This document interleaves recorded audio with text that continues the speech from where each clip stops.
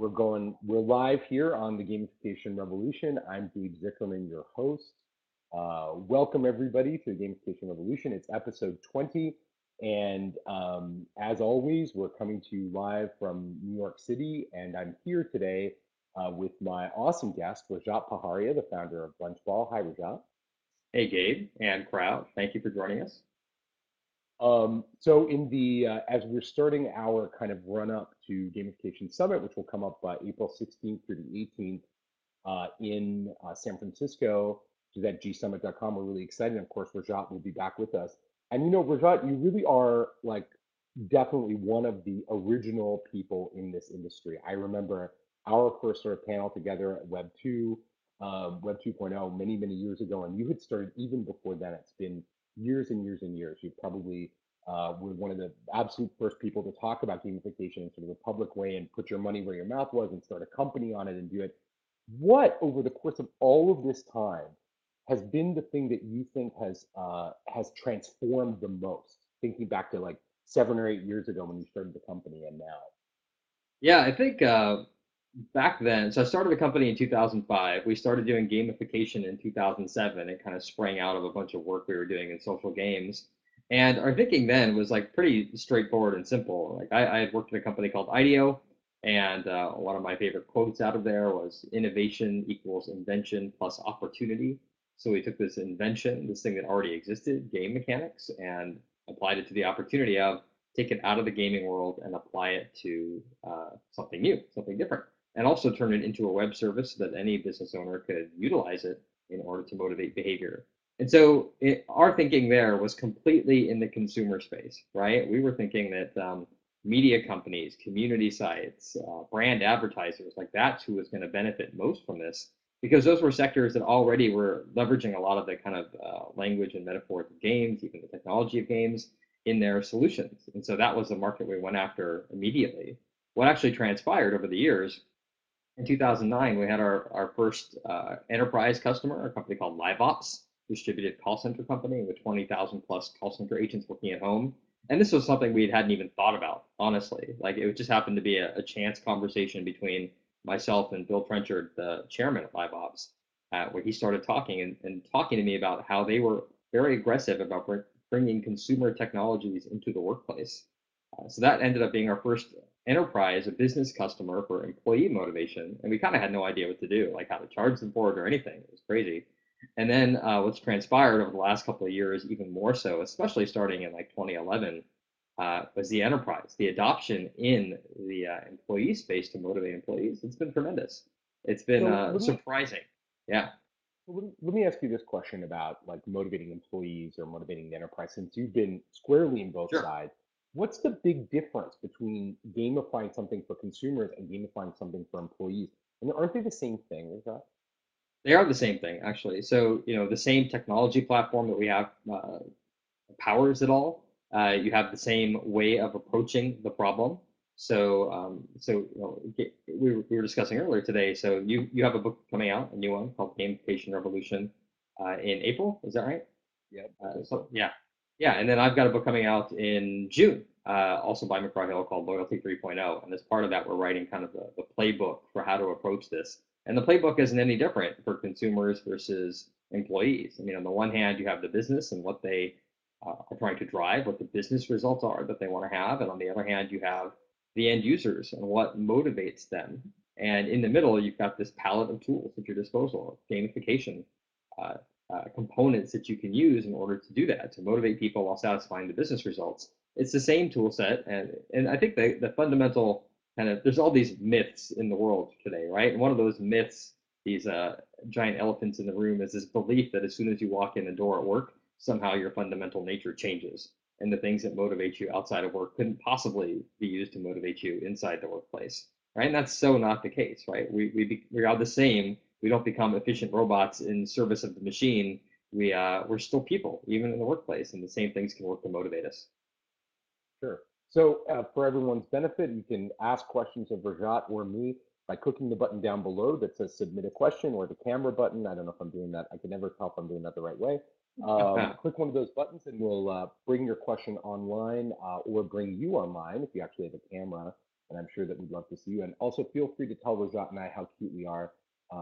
We never get tired of that. So we have a question here from Todor Ilyev, or Liev. Thanks so much, Todor. So the question is, and I'll rephrase it, where should we start? And Rajat, you're unique in that you've got a deep design bench of your own. You're actually, very thoughtful designer who's, running this company. You're not just a business guy, but a design guy. What do you think is the very first couple of things that someone needs to do when they're thinking about how to gamify um, a website? Yeah, first off, you need to make sure that your website actually provides some useful value, right? Like you see so many, especially startups, kind of putting the cart before the horse and thinking about gamification like really early on, when really kind of understanding their core intrinsic value of their offering is the big deal, right? So you have a news site, you don't have fresh news every day. Like no amount of game mechanics is going to help you, or gamification. So first off, like before you do anything else, you need to make sure that your core value proposition is good, right? That you're providing value to your users. And once you do that, then I mean the key thing is you start from the business results and work backward, right? So it's not about making your website more entertaining. It's not about gamifying just to add this extra layer on for no particular reason except that it's cool. It's about business results. You want more page views, you want more time on site, you want more purchase, you want more loyalty, more engagement, whatever it is. You understand like what are those business results, and you kind of work backward from there. Can I ask you a question? What is loyalty? I mean, it's the title of your book. We use the word all the time. What do you Yeah. mean when you say loyalty? There's like these three generations of loyalty, right? So loyalty 1.0 is what we all know as kind of points for purchase, right? The very transactional model at your grocery store, at your airline, punch cards at the local deli. And it's all about transactions. And it actually doesn't engender any real loyalty. One of my colleagues, Barry Kirk, actually has a very nice model of the four tiers of loyalty.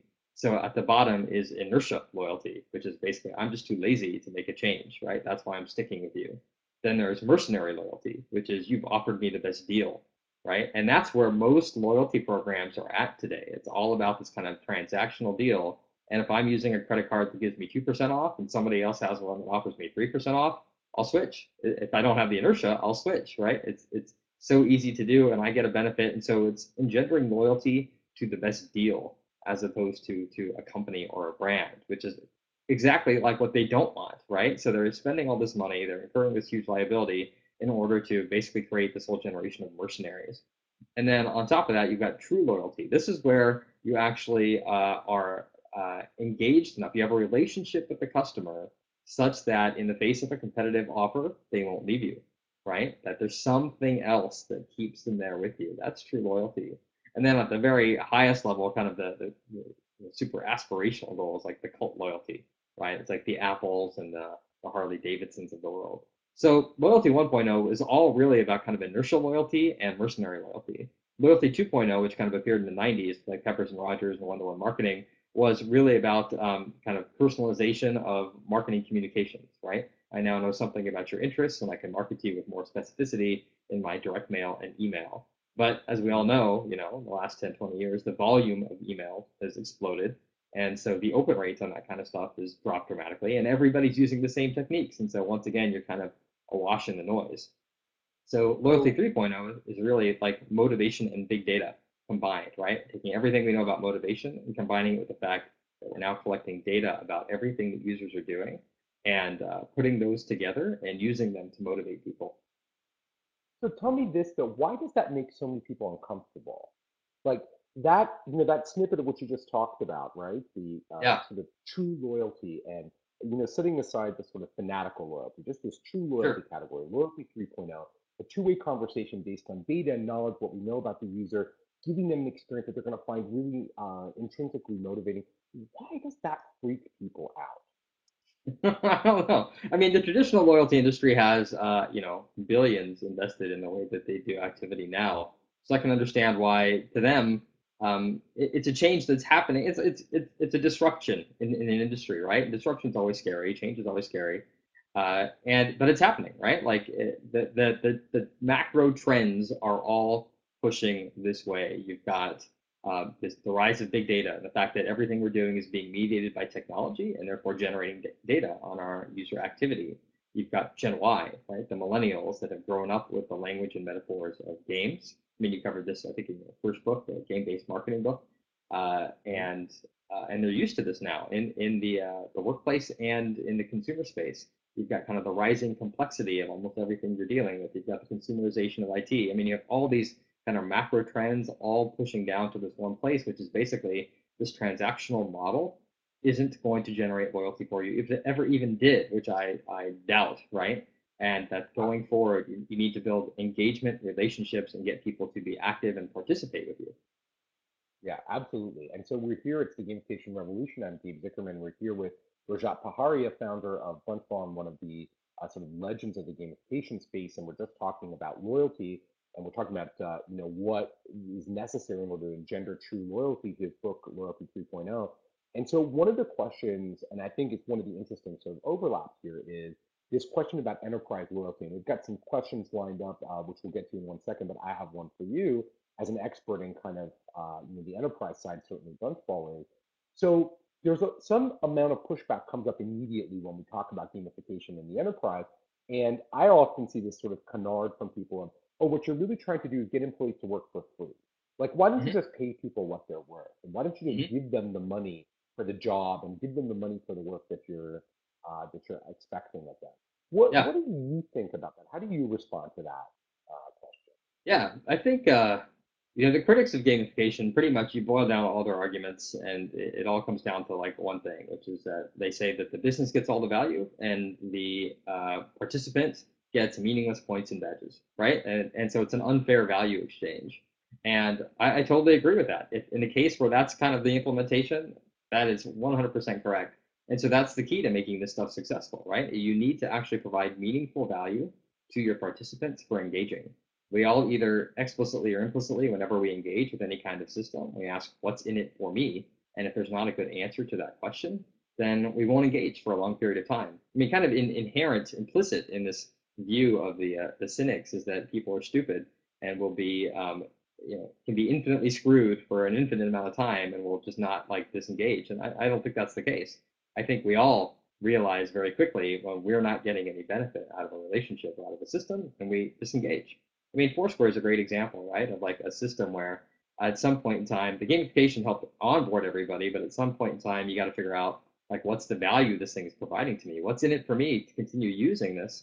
Otherwise, I'm gonna bugger off, right? Well, and absolutely, and on the topic of Foursquare, of course, fun and entertainment is in and of itself meaningful value. We can't Yeah, dismiss the notion that something novel or interesting or fun is valuable to people. I just think in the enterprise too, companies finding non-cash ways to reward employees, the whole concept of delivering something of meaning that's not just about cash is as old as time in the enterprise. I mean, every single one of us who's ever worked for a company has had the moment when we've gotten to raise the job rate, the title bump without the actual raise to go along with it, right. or the more responsibility without the money to go with it. This isn't a new model. Organizations are always looking for ways of driving great value. And if you believe, of course, writers like Dan Pink or other theorists on the question of what motivates, the non-cash incentives are typically the stronger ones, right? In terms of generating long-term excellence, aren't they? Yeah, I mean, it's meaningful value as you mentioned can take many forms, and this stuff has been out in the workplace forever, right? I mean, gamification, like the workplace, is a completely gamified experience. You're leveling up from junior engineer to senior engineer to architect or whatever. You're competing with your colleagues to be to get the bonuses or to get the raises or on the employee of the month chart or whatever it is, and then you're celebrating major milestones with T-shirts and parties and things like that, or certificates, like all these kinds of things. So the work world uses all these natively today. It just doesn't do them in a scalable or automated fashion, right? And that's what kind of gamification brings to the mix.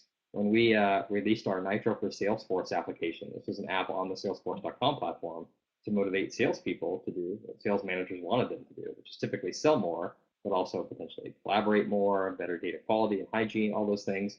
And sales managers have been running contests for years, but they've been doing it on whiteboards, right, or Right. in crappy spreadsheets that they had to hand around and manually update. Now you have the ability with gamification, with this big data, that's being generated by these systems, to automate it, make it real time, make it completely transparent so everybody can see how they're doing at any point in time, and put it right where people live, like directly into the enterprise apps that they're already using. Right, which is essential for making it work in the enterprise. And we'll talk about Exactly. that in a second. So Sasha, thanks for the question, Sasha. Always an interesting question or two, especially about the enterprise. So Sasha from McKinsey asks us, what are some examples of negative enterprise gamification, like where we might use it in a way that produces kind of negative results? Have you seen anything that's particularly hot button for you? So there was something I was reading about probably 6 months ago or a year ago, which was the electronic whip at Disney, right? I don't know if you saw this, Gabe, but like basically the people working behind the scenes at the Disneyland resorts and Disney World resorts that are kind of in the tunnels in between and in the background cleaning rooms and stuff, and they were using leaderboards that showed kind of time to get jobs completed, like laundry or cleaning rooms and things like that, and you could see how everybody else was doing it. It was driving people to work faster and faster. And this one employee there called it the electronic whip, right? It was this like system that was pushing them incredibly hard, and it wasn't an engaging, compelling experience. It was more like a treadmill that you couldn't get off. And Right. so I think you need to be careful in those kinds of situations because you can, I mean, it can turn out badly, right? So that's why good design Very matters. Yeah, absolutely. And that's one of those great examples. If you look at the history of organizational development or organizational behavior, which I studied a little bit, the very beginning during the kind of Model T era, it was all about time and motion studies because we were Yeah, trying to figure out how humans worked in the most efficient possible way. So like, well, let's move as little as possible. Let's get this object from A to B. right. As jobs become more complicated, time motion becomes less important. And Yeah. there's an example that we looked at in Gamification Revolution. We talked about, which is a company called OmniCare, which was doing a help desk for kind of pharmacy management software. And their Mhm. first assay at gamification was to do kind of time motion, and they set up Yeah. contests. So rather than being kind of this negative structure, they set up a really positive structure. But the reps hated it because Yeah. they viewed it as reducing their agency, their sense of autonomy in their Mm. job. Now, all of a sudden, we were watching this very sort of closely. So in the reboot of the system, they switched to a quest-oriented model where there were a series Okay. of challenges that the reps could kind of follow anytime, pull what challenge from the list and go do it, find three customers who couldn't get this piece of software working, and so on. And their stats kind of went through the roof. So they, Yeah. started improving their call quality. Their biggest issue was hold time. So they Yeah. started improving hold times and improving employee satisfaction. And actually, in one of the biggest switches from A to B, they took the money out.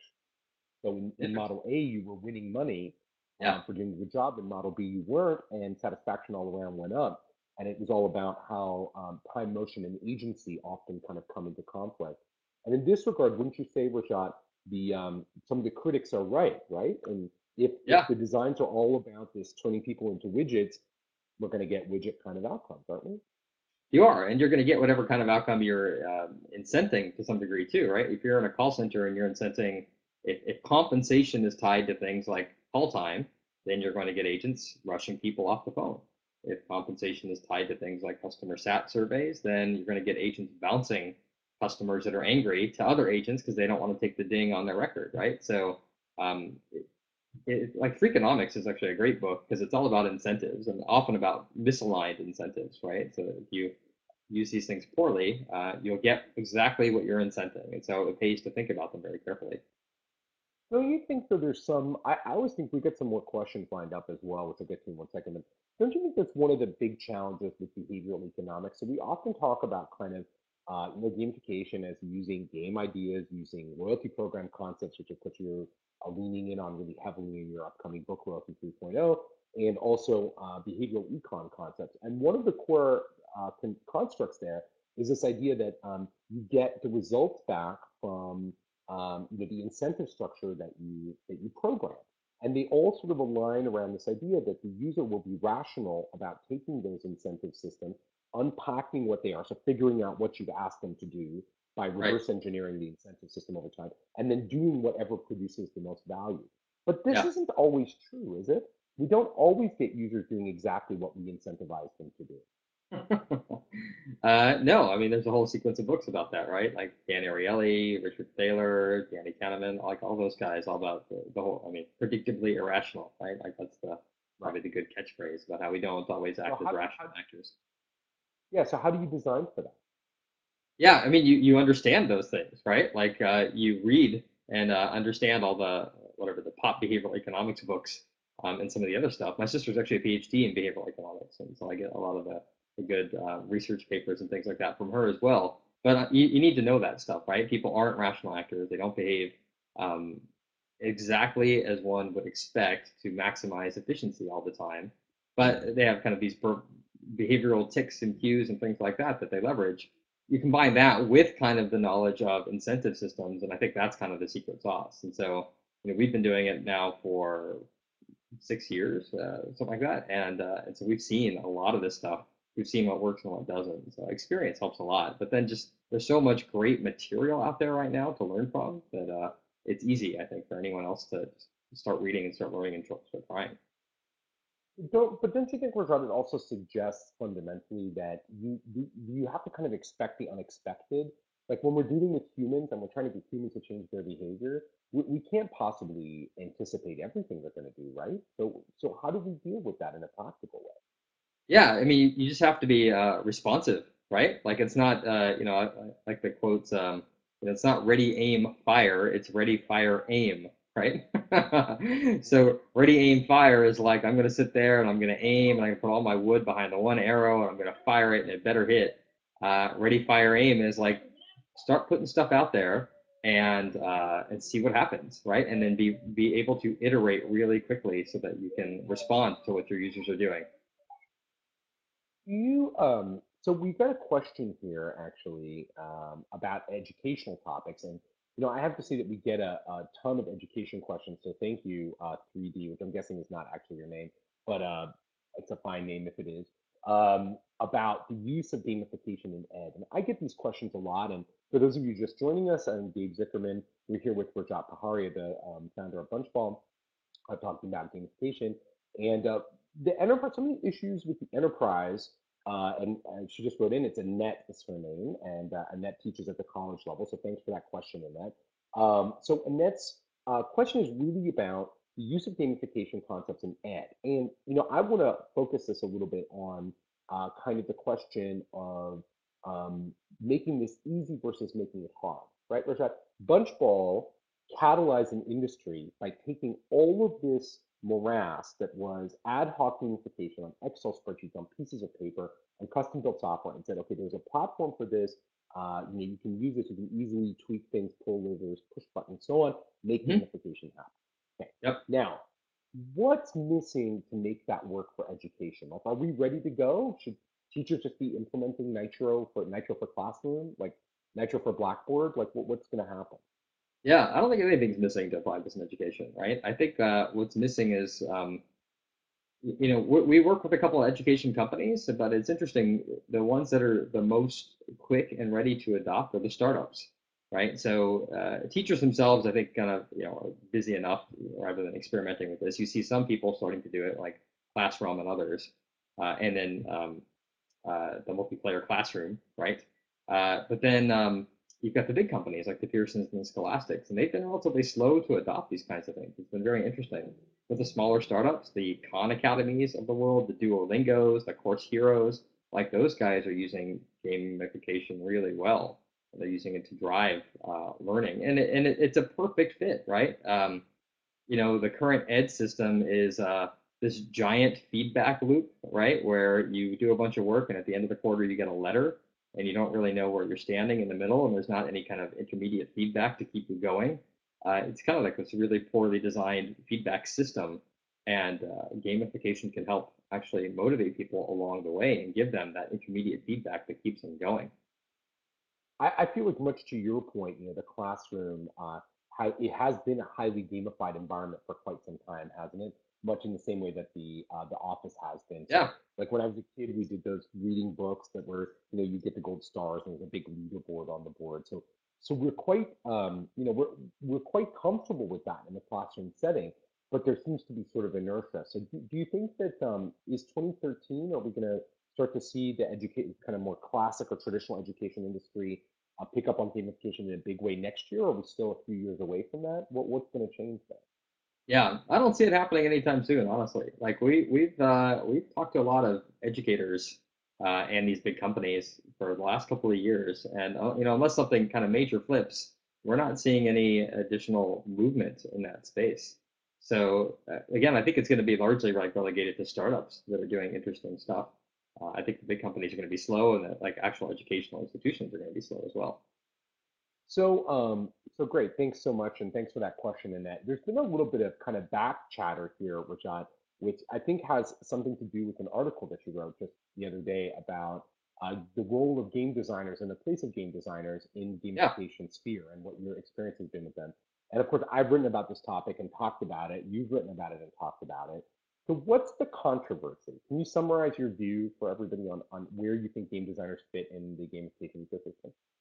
Yeah, I mean, I don't think this is a game design problem. I mean, I think that's kind of the fundamental point. It's my training is as an interaction designer. So I have an undergrad degree in computer science, but then a master's in computer science with a focus on human-computer interaction.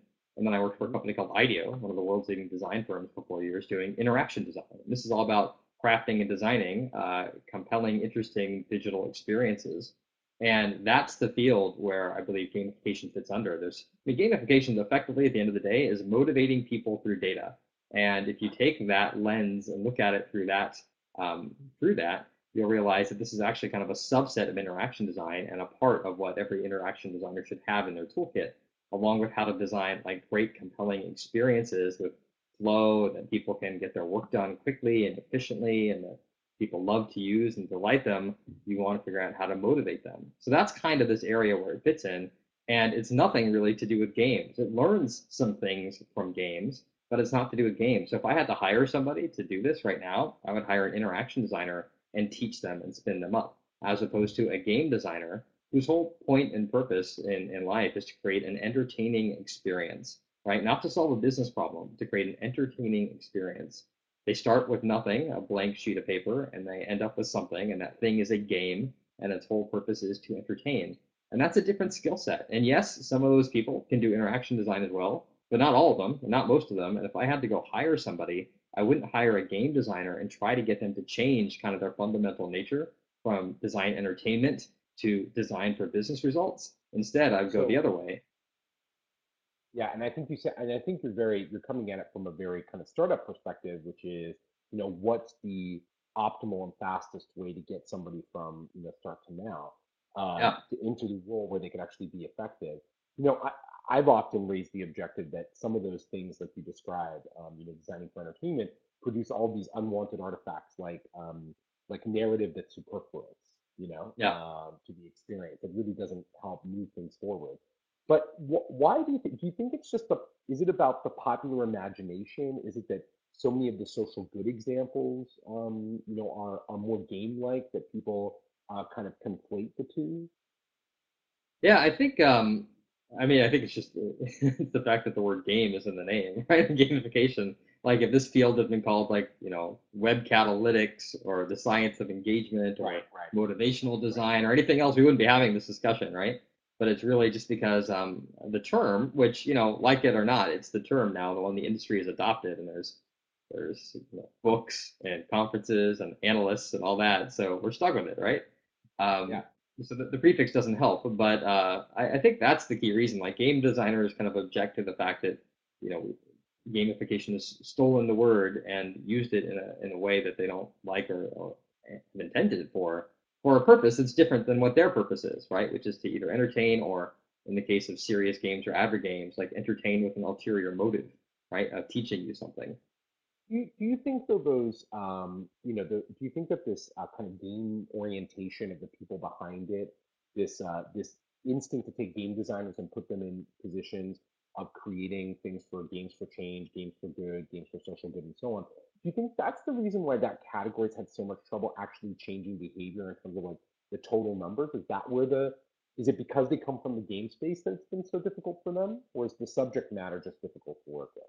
Yeah, I think it's just a hard problem, right? Like, making a good game itself is hard, as 1,000 failed game studios will tell you. And then making one with an ulterior motive, like whose whole purpose is to kind of convey an inherently uninteresting message about some educational content or an advertisement in a brand. I mean, that's So like hard, 10 right? times harder, right? So, Absolutely. you know, it's it's rare to see that done well, right? Because it's very hard to do it. So it's a hard nut to crack. And then the question becomes like, is that the right approach to take? Do you want to create a game to teach somebody something, or do you leave the educational content or whatever message you're trying to get across as is, and then frame it differently, right? Like we were on a panel at the E 2.0 conference, right, where we were talking about the bit between the line between work and play is just a bit in people's heads that flips. I could be managing a spreadsheet of widgets at work. I could be managing a spreadsheet of my crops and farm bill. I am doing the same task, right? I'm like messing with numbers in a Right. spreadsheet, but it's my frame or perception of that task which changes, and that determines whether it's work or play, right? And that's, I Absolutely. think, the really interesting question or problem is how do you change the framing as opposed to trying to turn something into an entertaining game-like experience. And so it's exactly that frame that you've been so instrumental in helping to define over the last 7 or 8 years in the creation of Bunchball and in your continued role in the gamification industry. And so today on the Gamification Revolution, we were talking with Rajat Paharia, founder of the amazing Bunchball, who will be a speaker at Gamification Summit April 16th to the 18th in San Francisco. You can find out more about that at gsummit.com. You can also go there to watch other talks with Rajat, past year's talks with Rajat, and sign up to come see him in April. It's been a great 30 minutes. Thanks so much, Rajat. Hope to have you on again. And thank you all for tuning in for the Gamification Revolution. I'm Gabe Zickerman. Keep having fun. Thanks,